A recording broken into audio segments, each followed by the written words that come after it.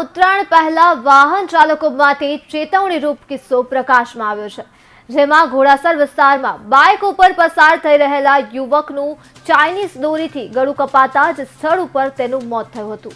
આ બનાવ અંગે વટવા પોલીસે ગુનો નોંધી વધુ તપાસ હાથ ધરી છે।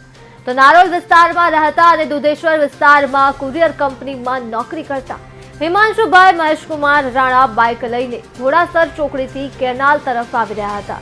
આ સમયે અચાનક ચાઇનીઝ દોરી ગળામાં આવી જતા યુવક બાઇક સાથે રોડ ઉપર પટકાયો હતો અને દોરી લોહી લુહાણ હાલતમાં મૃત્યુ પામ્યો હતો। પોલીસે સીસીટીવી કેમેરાના ફૂટેજ ચેક કરતા બાઇક ઉપર પસાર થતો હતો ત્યારે ગળામાં દોરી આવી ગઈ હતી, જેથી યુવક ગળામાંથી દોરી હટાવવા પ્રયાસ કરી રહ્યો હતો, પરંતુ ગળું કપાઈ જતા રોડ ઉપર પટકાતા મોત થયું હતું। પોલીસને બાઇકમાં ફસાયેલો ચાઇનીઝ દોરી પણ મળી આવી હતી।